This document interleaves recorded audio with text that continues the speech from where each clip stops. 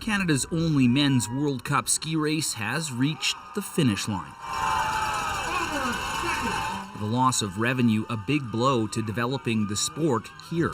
Probably the biggest problem we have in sport today is a lack of resources and a lack of funding.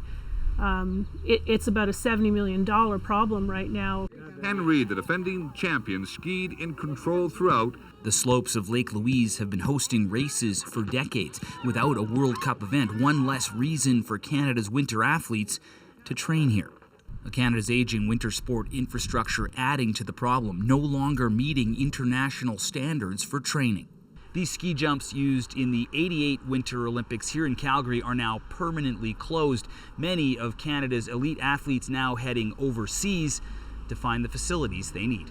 I am currently at home, air quotes. I'm in Bled, Slovenia. Well, that's what drew Canada's first ever world champion in ski jumping overseas.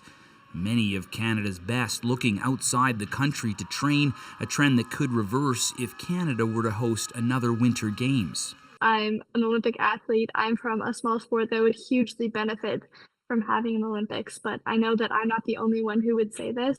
But not everyone believes renovating or building new Olympic venues here in Canada is a good idea.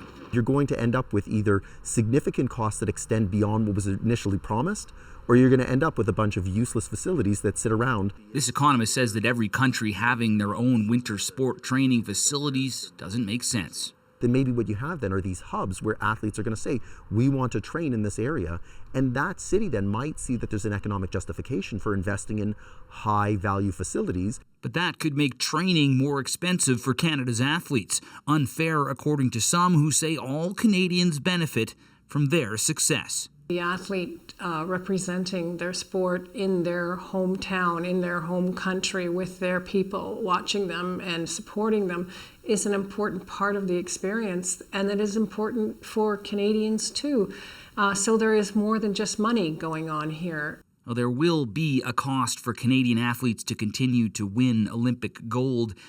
The question is, who should pay? Aaron Collins, CBC News, Calgary.